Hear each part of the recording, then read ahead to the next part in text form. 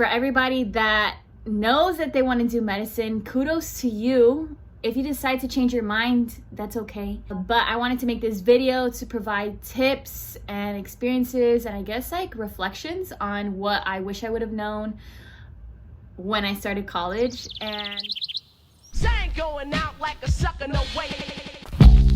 I'm nice right now, man. I feel good. Hey y'all, so I know it's been a while and don't hate me but I feel so guilty that I've left y'all in the dark for so long. But honestly, life has been crazy. The world is in a weird place. The people that killed Breonna Taylor still haven't been arrested, which I'm so mad about. And honestly, things just keep getting more weird as life goes on. Summer plans have been taking off and I'm home and I'm spending time with my family and I'm enjoying it as much as possible. So that's why I've been a little ghost. But I'm back and I'm here to deliver the content y'all really like. So thanks to everybody that keeps reaching out and who have taken advantage of the resources that I've provided and have given me amazing feedback. I really appreciate you. But without further ado, we're gonna go ahead and jump right in. So this video is for all the high schoolers that are starting college. I've had several high schoolers reach out and honestly, I'm so proud of y'all because I was not on that tip when I graduated high school. When I graduated high school, I was enjoying, having graduated because it felt like it took forever and, preparing to leave home for the first time in my life. I was 17 years old. I didn't know what I wanted to do. At that point, I didn't know if I was going to be pre-med or not. In high school, I was pre-med and we had like an academy or whatever, but it wasn't anything crazy, serious, like it was kind of like a joke, but but I knew I wanted to do something in medicine. I just didn't know that I would decide to become a doctor. But anyways, for everybody that knows that they want to do medicine, kudos to you. If you decide to change your mind, that's okay. But I wanted to make this video to provide tips and experiences and I guess like reflections on what I wish I would have known when I started college or when I was, in the beginning of college, trying to navigate my next steps as a pre-med student. So let's jump right in. First, allow yourself to transition. It can be like super overwhelming, especially if you're moving away from home. I come from Miami and I was going to Tallahassee to attend a predominantly white institution, which, you hear about it and you're like, oh, whatever, you brush it off. Like it's a college experience. You're gonna have a lot of fun. But it is challenging as a minority, especially someone coming from Miami, which is like so diverse, to attend a predominantly white institution. You start learning about things that you didn't know before. You start feeling different when you never felt different. You start getting called out on things that you didn't even realize, like, your accent, the way you talk, the way you act. Apparently you talk really loud and before you didn't really talk loud. Again, you apparently have an accent. Like, I didn't realize I had an accent until I left to Tallahassee. So honestly, just like allow yourself to transition. You're gonna be living with people and you've probably never lived with anybody else that's not your family before, which is an adventure in itself. Allow yourself to transition. Don't rush to join things. Don't rush to do everything at once. College is 4 years for a reason, and there's a reason why some people don't even finish their degree in 4 years, because there's a lot that goes on in school. There's a lot that goes on outside of school. That's when it's a big transition between high school and college because everybody takes different paths and that's okay. So allow yourself to transition. Have healthy habits. So if you're leaving from home or you're staying at home or whatever, you're kind of entering like this early adulthood stage. I'm not even gonna say you're adulting because you're really not. But you learn how to be on your own. You start doing your own laundry, cooking your own meals. You have to learn how to like discipline yourself and like live on your own most of the time. At least that was the case for me. I've always been pretty independent from my parents, maybe not financially, but personally. Like my parents never had to tell me to do my homework. My parents never like really put restrictions on me. I just kind of was always like this responsible person that wanted to get the things done. Some people graduate college and still don't know how to cook, so don't feel bad. Have healthy habits from the jump. Like you're gonna, obviously there's a learning curve to living on your own and going off to college and balancing college and personal life and school life and academics and everything, but you gotta start building healthy habits. So that's like eating right, you know, exercising. The freshman 15 is a lie because it's more like freshman 25. Like you can ask anybody. You're lucky if it's just 15 pounds that you gain, to be honest. Hygiene, you know, be clean, shower every morning, make your bed, do your laundry, be organized. There's days where, you know, that doesn't happen, but if you can keep up with your routine, that's like really good. Keep your agenda, make checklists, make to-do lists. That is really helpful, especially when you're getting in the swing of college and like they're just throwing like mad things at you at the same time, and you have different professors for everything, so it is difficult to keep track of, and just like keeping organization helps a lot. All right, so now we're gonna jump into classes as a pre-med. Definitely take advice from your pre-med advisors, but know that it's not the end all be all. They do want what's in your best interest, but I think they fail to recognize that everybody has a different path. So what may work for one student may not necessarily work for the other, and it's up to you to kind of like figure out what works best for you and like what advice you want to take from that pre-med advisor. But don't feel bad if you don't follow it to the T, because that's almost always never the case. So definitely get upperclassmen mentors. So make friends when you're in college, when you're in classes. Just because you're in the same class with somebody doesn't mean you're at the same grade level. So you can be taking, you know, chemistry 1 your first semester, and there could be a sophomore taking chemistry 1 in their sophomore year. So you want to really branch out and make these upperclassmen mentors so they can give you advice on like what classes they took, what teachers they had, what organizations they joined, especially at your particular institution. Get contact info for every class.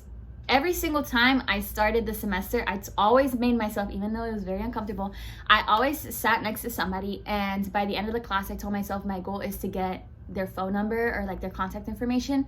So should I ever run into the situation where I had to miss a class or I was confused on something, like I had somebody to bounce an idea off of, because you can't always rely on the professor. And you just run into situations where like you just need that one contact for that class. So that's why I highly recommend one person minimum, but if you could do multiple, that's always better. Go to class. I know a lot of people say this, but people don't really follow through with it. But I found going to class a lot more helpful in undergrad, especially to keep up with the material. More so now, like I don't really go to class all the time, especially with COVID, but definitely could give it a try at first to go to class and try to help you keep up with the material and to understand the teaching style of the professor. Also, don't be fooled. Some professors are like, oh, we don't take attendance, but when they start seeing the numbers dwindling in their classes, some of them will take a surprise attendance and give you bonus points. And honestly, like you really want those bonus points, because that's like the difference between a letter grade. So just be wary, and that's why you want to get that contact in the class in the case that you ever run into a situation where your professor says something or does something and you're not in class. Your friend could tell you and like give you a heads up. Also, you want to go to class because you want to start scouting for letters of recommendation as early as possible. You don't want to scramble to, junior year when you're applying to get letters of recommendation, and the only way professors are going to be willing to write you a letter of recommendation is if they see your face in class every day. So go to class, sit in the same spot, make that relationship with your professors, especially if you're doing well in the class. Keep up with the material. If you can review ahead, it is very effective. I have never really been the type of person that reviews material before class. Like I don't know why, but I just do that. But it is, in the instances that I did review material before the lecture, I would completely understand what's going on and I would be less likely to daydream or lose focus. So highly recommend that. Handwrite notes if you want. I know there's so much research out there that says handwriting things help you learn things better, which is 100% true, but it's not realistic. At the rate that these professors are giving material is not the rate that is being done in high school. Like in high school, all of us were really babied, and laptops didn't really exist. Nobody walked into high school with a laptop. But in college, like, number one, you need a laptop. Number two, if you're not hand typing your notes, if you're not typing your notes in college, you're already behind. Like, that's it. Like, you're gonna be playing catch up all of college. So if handwriting your notes helps and you can write real fast, do it. But personally for me, I found that by the time I finished the first sentence, my professor was like packing up and leaving the class. So that's something to consider. I also used programs like Quizlet when I was in college. Now that I'm in medical school, I use Anki. If you could use Anki when you're an undergrad, highly recommend it. Even though Anki's like the death of me, you already know. Another thing that's really helpful is whiteboards. So I had like a portable one, but I know some people use, like, they offer it at libraries, and it's really helpful to like mental map things when you draw it out on whiteboards. So that's another thing that I found helpful. And these are things that you can get like in your back to school shopping. Also, say bye to back to school shopping, because there's no like list that they really give you anymore. You kind of just have a laptop and like reuse dividers, if you even use dividers. So yeah, I hate to break your heart, but that's something I miss about college. Okay, so next point, know what's on the MCAT. You're gonna be taking a lot of classes in undergrad that you don't even need for the MCAT, but you need it to get your bachelor's. And so if you know early on what's on the MCAT, you know what to focus your energy on the most. For example, you're gonna have to take probably an English class. You don't need to really memorize anything in your English class. You're probably gonna be writing like 2 or 3 papers a semester, and then you finish the class and you never look back. Versus when you're taking chemistry, you really want to learn whatever it is that you're learning in chemistry, because number one, it's going to come back for Chem 2 and Orgo 2, but also because it's going to come back on the MCAT. And if you didn't really learn it the first time, you're going to regret it. So you really want to remember those things and keep in mind always like what is on the MCAT. This is like what I should focus my energy on, and like kind of keep those notes, especially if you write really good notes, because that'll help you in the future. One thing I can't even stress this enough. Like, one thing I really didn't realize early on, I knew you had to keep a high GPA, but I didn't realize there was a difference between an A and an A minus, or a B plus and a B and a B minus. Like, there's a big difference in those little points, and it makes a difference in your GPA. So if you are borderline between an A and an A minus, you better bust for that A, because it really makes a difference. Like, you really want to put in all the effort, get every single point that you possibly can, do all the extra credit you possibly can. Don't wait till the last minute to when you're like 1.5 points away, because there are professors that do not round up. They don't care. They will not round up. So you better put your best foot forward from the jump. Know what you need to pass and salvage every point. Like, you want to keep track of where your grade is at throughout the entire course, and you want to use that to remind yourself how hard you should be working every single time. Don't be like, oh, I don't need this assignment, like, it's not a big deal, it's only like 1.1% of my grade. Like, no, you better like work hard for that 1%, because at the end of the day, at the end, when you're 1% away from an A because you have an A minus, or you're 1% away from a C and you have a C minus, that'll fail you. Like, some classes in your majors require you to have a certain grade in that course to pass. So you need to be aware of those things, because you will be failed and you will have to take the course, and it will be on your transcript, and it will show up in medical school applications. So you heard it from me.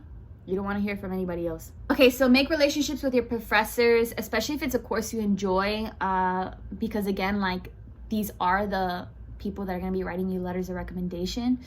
Also, if you're really struggling in a course, that just gives you more of an incentive to build that relationship with your professor, because they're more likely to help you out and explain things patiently. Because when you come across good professors in college, you better hold on to them, man. Because I'm not saying that education is not good, but I'm just saying it's very rare to come across really, really good professors. So cherish them while they're there. Put a plug for letters of recommendation early on. I talked about this in one of my other videos. You really want to keep up with your resume and like be prepared to ask for a letter of recommendation when the opportunity presents itself, because a lot of people are going to be asking letters of recommendation, and you don't want to be at the end of the list, because they get tired of writing letters of recommendation, and by the time they write the 10th letter, the 11th letter is not going to be that good. So you want to ask early on, especially as courses go on. You don't want to, wait till your junior year to ask the professor from your first semester in college to write a letter of recommendation, because honestly, they're not going to remember you. Moving on. Don't overload your schedule and use Rate My Professor. I don't even know if that program still exists, but it literally saved my life when I was in college. Rate My Professor is a platform that literally allows people to rate professors. You put the institution, you kind of put the course name or the professor, and all the reviews pop up, kind of like, when you go eat and on Yelp, you type in a place and they have the stars of the place, and like people, really angry customers, leave really bad reviews, but you're like really paying attention to them because they're probably honest. Yeah, this is that, but for teachers. So really take advantage of it, because it'll also tell you like what kind of things that they do that can either work in your favor or not. So if you are a person that doesn't like attendance, doesn't like going to class, you probably don't want a professor that is super crazy about attendance. And sometimes you don't always have the options, but if you do, that's something you want to pay attention to. Also, take advantage of free resources. I don't think a lot of people are aware of like all the resources you have available in your institutions. So that includes like library access, printing, tutoring. Before you drop money, try the free tutoring options first, because they tend to be very helpful. Also, like counseling services, those are free. And they really help a lot. I didn't really start going to counseling until like I was in grad school, and legit my tuition paid for it all 4 years. And honestly, I really needed that at one point, and I never went. So just be aware of like all the free resources on campus, and if you're not, make sure you ask. If you go to FSU, check out the link that I have in the video. I'm gonna put like some of the resources that I think are really helpful, so check it out. Don't overload your schedule. So again, like listen to what your advisors say, but you know what's best for you. You know what you can handle. If you can't handle like 3 hard science courses, don't put 3 hard science courses. If you have to work in college, you might not be able to take the same amount of courses as like somebody else, because you don't have the time to put into study, and like you need to pay attention to that. Your major, you don't need to have a specific major. You could apply with any major. You could be a music major, a history major, an English major. You could be a science major, and most people are science majors like bio or exercise physiology or chemistry or something like that. But you can pick any major. So if you're really into music and that's what you want to major in, go for it. At the end of the day, what matters is that you do the prerequisites. So when you're speaking to your advisor, which you will have to speak to your advisors periodically, let them know that you're pre-med, so that they make sure you're on track to graduate with your major and with the prerequisites that you want to apply to medical school. Also, don't be afraid to change your major. I started college with being a biology major, and one of my mentors, she was an exercise physiology major, and she had previously been a bio major, and she wanted to go to medical school too. And she kind of like explained to me what the difference was between the majors and why she thought it was better, and I just kind of felt like I aligned with that as well. So that's why I decided to change my major, and I graduated with my major in exercise physiology, and I don't regret it at all. Realize that every school is different, but know the retake policy at your school. So I mean, you don't want to be found in the situation where you do have to retake a course, but if you are found in that situation, you want to know what your institution is like. I know FIU allows you to retake, I think, courses like as much as you want, and they'll have like this forgiveness where like once you retake the course, it disappears off your transcript. That is not a thing at FSU. If you fail a course, that is not coming out of your transcript. Like, it's on there. When I failed Orgo 2, my D is still on my transcript. And then you see like my B when I retook it. So just keep in mind what the retake policies are. Also know that there's medical drops. So if you're experiencing like, you know, mental health or physical health issues and problems that is affecting your education and you happen to fail a course, you can talk with case management workers or whatever at your school that will work with you to have your grades medically dropped. So that's also something to keep in mind that I didn't even know was a thing till probably like my junior or senior year of college. So extracurriculars would be like, you know, the clubs you want to join, the shadowing you want to do, the research, like everything outside from MCAT and GPA that will probably go on your application. Work experiences could be considered like an extracurricular, I guess. Don't overwhelm yourself, and again, wait until you already fully transition, because at the end of the day, your priority is your academics. Like, you go to college to get a degree. You don't go to college to be the leader of a club. Like, let's be real. So keep an open mind and explore. There's always going to be plenty of opportunities in college. I know FSU had like 600 plus organizations, and honestly, if you got 5 people and you wanted to start a baking club, you could have. So just keep an open mind and like lean towards things that you really like. Join at least one pre-med club. I would definitely say that. Like, if you know your pre-med and you want to go to medical school or PA school or nursing school or things like that, you want to join a pre-med club early on so they can kind of like guide you and tell you what you should be doing every semester. When I was at FSU, the first club I ever joined was MAPS, which is the Minority Association of Pre-Medical Students. And they kind of like broke down, you know, this is where you should be at your freshman year, this is where you should be at your sophomore year. If you were applying traditionally, they would tell you, you know, you should be taking your MCAT your junior year and then applying, so that by the time your senior year comes around, you would kind of like know what medical school you're getting into. You want to become a leader to grow personally and professionally. So a lot of clubs will offer the opportunities for you to become an officer. You usually start off as a member and then you like work your way up, kind of like anything in life. And it's great to add to your resume, but realize that there's organizations that not only you're adding to your resume, but actually help you like grow personally and professionally. For me, for example, I would say that's my sorority. I started with my sorority my freshman year and I stayed in it. I'm still in my sorority, but I was involved like in college with it throughout all 4 years, and it really helped me grow personally and professionally. Like, it's really built me into the woman I am today, and it's really given me the skills to collaborate with other people, make tough decisions, kind of like think outside the box, be creative, plan events, like just a lot of different things that aren't in your typical college curriculum. Like, you don't sign up to a class and learn how to plan an event kind of thing. I mean, unless you do like event planning as a major, but there's organizations out there that really help you grow. So take advantage of them because it's part of your tuition. Do stuff outside of medicine. Again, like for me, that was like me joining the Senate because I wanted to learn more about politics and those procedures. That's like when I joined my sorority, I joined a multicultural sorority because I valued diversity and embracing that in every space of my life. Joining a multicultural sorority had really nothing to do with me going to medical school, but in the end, it made me a better candidate for medical school because it made me a more culturally competent person. I learned how to interact with people that are different from me, which is everything I'm going to be doing as a doctor. And so when I'm applying to medical school, I can still use these experiences to show them that it's made me a good candidate. And like, I did something with my time in college that was not just like putting my head in some books, you know?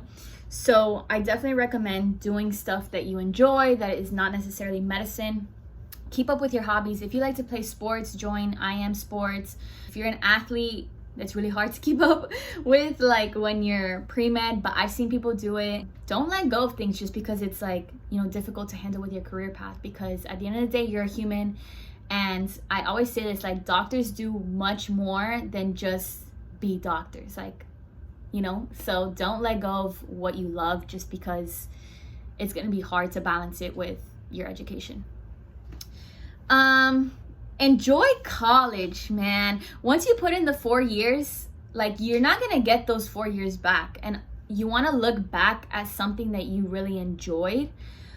Adulting sucks. Like, don't be fooled. Like, I'm literally like, these are my notes. I'm like, this is what you got to tell them. Like, adulting sucks. And I know people like to think like, oh, you adult in college, but you really don't. It's one of the best 4 years of your life, and like, you learn so much about yourself, you learn so much about people, about relationships. If you go away from college, you really have the opportunity to like discover yourself like on your own. You don't have your parents there to like always tell you what to do or to give you the best advice, and like, yeah, you call them from afar, but like, you really have this freedom where like, you have to be responsible with yourself, and it all comes down on you. Like, if something happens, that's on you because you made the choice. Like, so those 4 years are filled with lots of things, you know. Some people date, some people don't date, some people join clubs, some people join Greek life, some people decide to work and balance, you know. You just like, some people start off as pre-med and then realize they don't want to do that, you know. So you really learn a lot about yourself in those 4 years, and you really should enjoy it to the fullest. So make sure you take advantage of those extracurriculars because it'll be a big part of your experience. Apply to a lot of things and cast a wide net. So whether that be research, scholarships, other educational programs, leadership positions, service positions, you really want to keep an open mind, and you never know what kind of things you're gonna enjoy.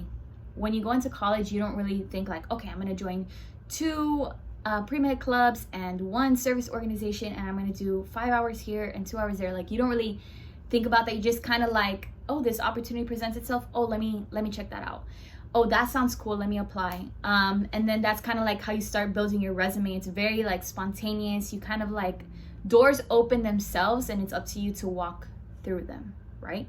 So definitely just keep an open mind, because you never know what opportunity or what experience is going to shape the way you think and the way you move forward in your career.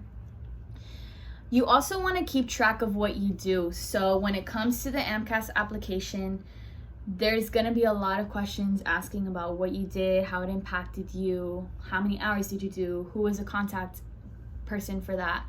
So you want to know what they're going to ask for and keep track of that information, because it's going to make your life way easier when you're applying to medical school.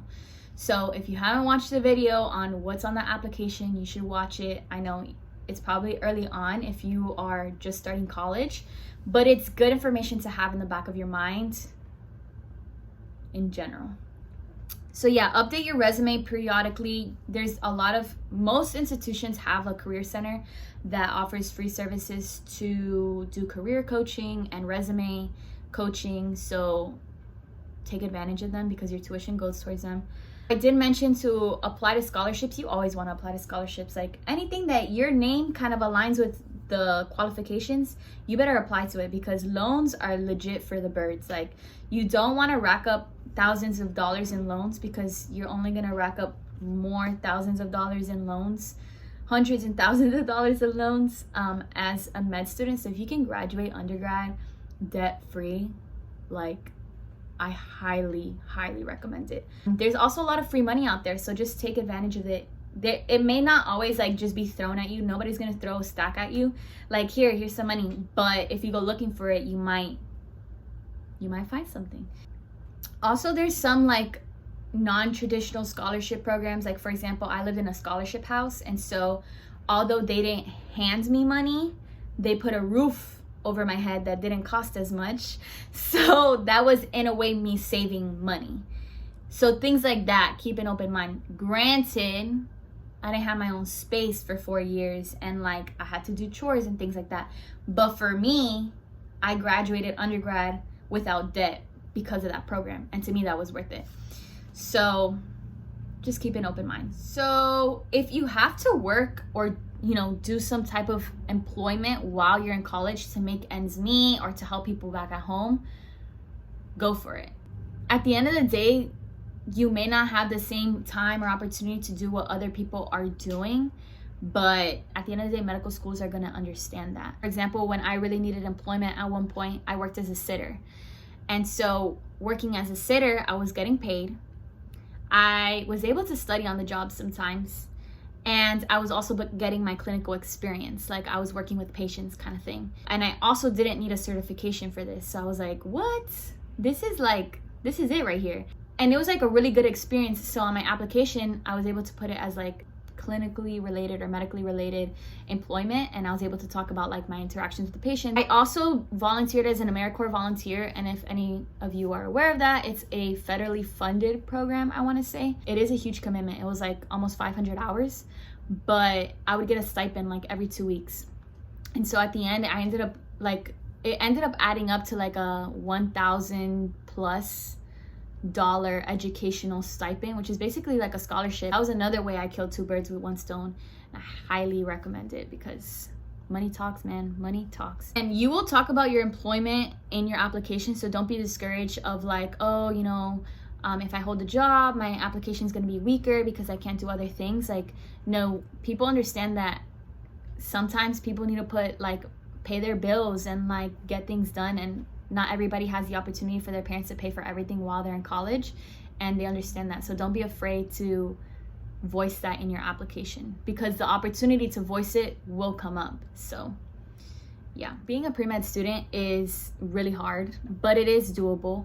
Don't be discouraged. You know, this is not the time to compare yourself to other people. There's going to be other people with easy majors, you know, breezing through college, not struggling, barely having to study. They can party a lot more than you, but don't compare yourself to them, because at the end of the day, you're trying to accomplish two different things. So you're bound to be on different paths, and different paths require different effort, and you shouldn't compare yourself. Find what works for you and stick to it. If you work out in the mornings and your friend works out at night, maybe you shouldn't work out together, and don't try to force it, kind of thing. If you study better in the day, but your friend studies at night, don't try to study at night if you know it's not going to be productive. That's what I mean. Like, find what works for you and stick to it. A lot of people start off as pre-med. Like, I want to say there was like maybe 20+ people I knew in undergrad when I was a freshman that wanted to go to medical school. I can probably count the amount of people on my hand that are in medical school that I started off with. Legit. So, and it's not like to talk down on them, no, but people choose different paths. Like I said, in those 4 years, you really discover what you like, what you don't like, and what's your passion. And at the end of the day, you're going to be the one waking up in the wee hours of the night or early in the morning every day, 9 to 5 or whatever schedule you have, and you better enjoy what you're doing, because it's your life. So don't try to do a major, do a career that your parents, that your friends, that society wants you to do, if that's not what you're happy doing. So I'm serious. You better enjoy what you're doing, and if not, get out as early as possible and find what really works for you, because the last thing you want to do is waste time and waste money, because college is expensive. Weeding classes are a thing. Like chemistry for me was so hard, and I want to say it was like Orgo 1 and Orgo 2 where people started dropping like flies. They're hard, you know, it's not for everybody. And so you'll realize, like, you start off like here, it's like a pyramid, there's a lot of people at the bottom, but once you start going through the classes and they get harder and harder, like only so many people stay.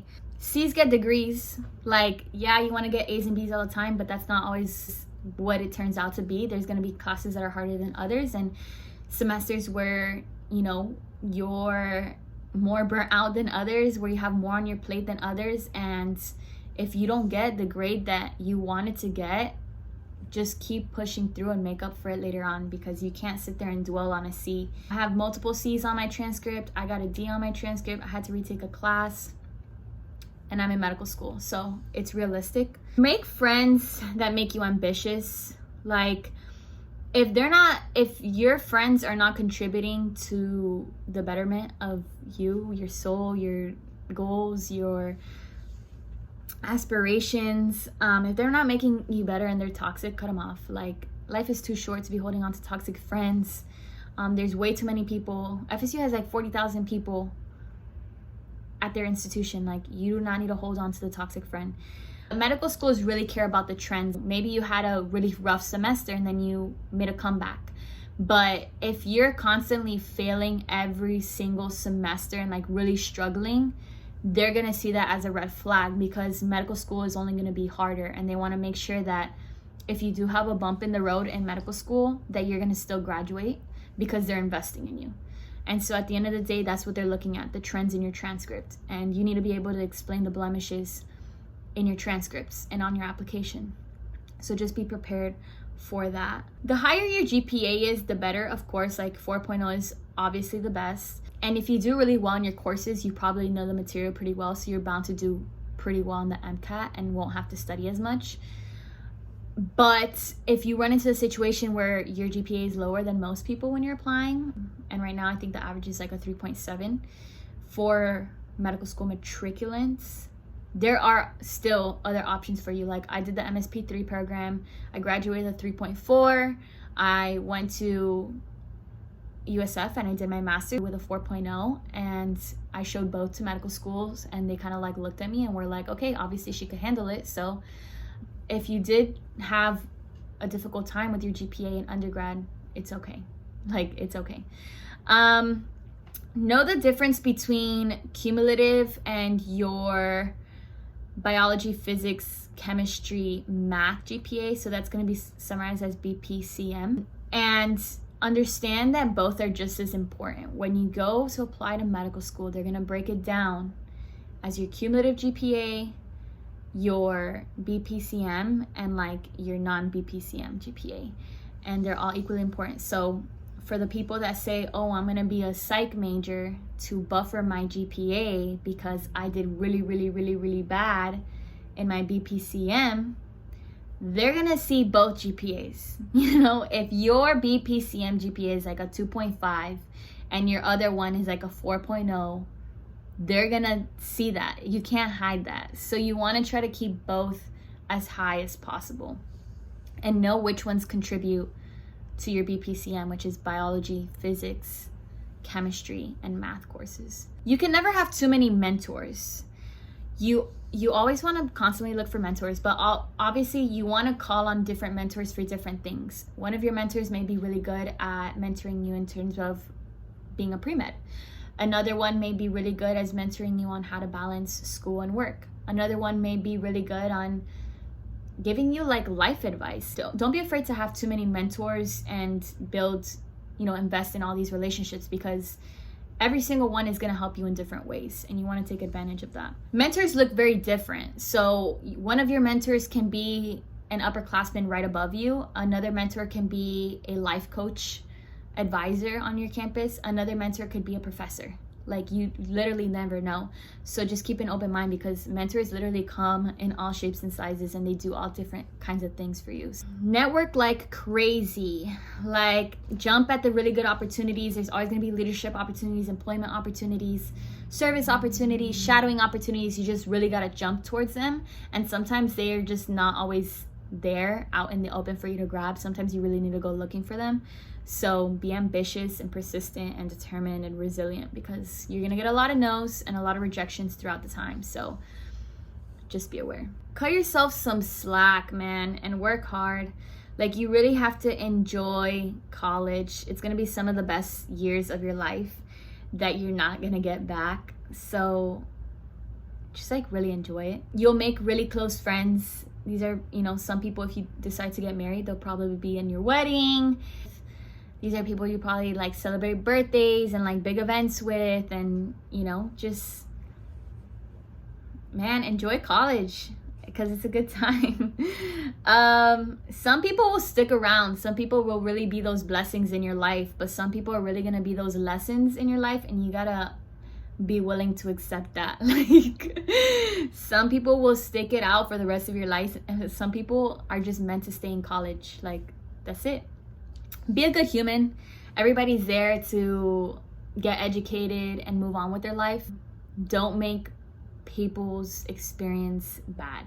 Like, you're gonna come across a lot of people's paths, and you can either be a blessing in their life or a lesson in their life. And it's okay to be either, but don't be toxic. Don't be afraid to date and party. It's normal. I literally put it's normal, LOL. Pre-med life is challenging, and it's difficult to balance it with everything else that's going on in your life. But you have to have a life, you know, like you should have a social life. You should enjoy yourself, go out after exams, but party responsibly. Seriously. Avoid sloppy or like inappropriate posts on social media. It might portray something that may not be what you think it portrays, but it does. You constantly want to monitor your social media because you never know who's gonna see it and see it the wrong way. Honestly, like, I feel like everybody has this challenge. Like, sometimes we post things that we shouldn't post and we go ahead and delete it and whatever, you move on with your life. I even post things sometimes that I'm like, yeah, I'm gonna take this down. Like, because it just doesn't need to be out there. And the last thing is good luck. Like, enjoy college. Enjoy it all. Like, good luck being a pre-med. It is tough. Stick it out. Not everybody makes it. So if you do, you should be very proud of yourself. And just know you're not alone. Like, we're all rooting for you. We all went down the same path. I literally make these videos for people, like literally for people that need this advice, because I know I needed it. I'm just happy to give back and give like my reflections and thoughts on how to navigate being a pre-med, especially as a minority. Like, we deal with struggles that are different than other people. So I just want to help as much as I can. And the last thing is a quote that I wrote that I hope you guys like, and I hope it resonates with you. College is always going to be a part of people's lives. When you look back, you want to make sure it's 4 years that you're proud of and that bring you joy, and it's not just a piece of paper that you hang on your wall. Seriously, my diploma literally collects dust on my wall, and I'm very proud of my diploma, and I take a lot of pride in achieving that, especially as like a Latina and a minority. But when I think about college, I think about all the memories I made and all the challenges I had and how I kept going. Really enjoy it for what it is. I know it's not made out to what we thought it would be, especially with COVID and everything right now, but this is just temporary, fingers crossed. So just approach it with an open mind, and if you ever need anything, slide into my DMs and I will be happy to answer any of the questions you have. I wish you the best of luck. Thank you for watching this video. Don't forget to like, don't forget to subscribe, don't forget to share. Let me know what y'all think. And to all my recent high school graduates, congratulations. Everybody starting college, whether you're going away or you're not, enjoy. Wish you the best of luck. And I love you guys, so. Out of 3, wake up at 10, go out to eat, then do it again. Man, I love college. Do I really have to graduate, or can I just stay here for the rest of my life?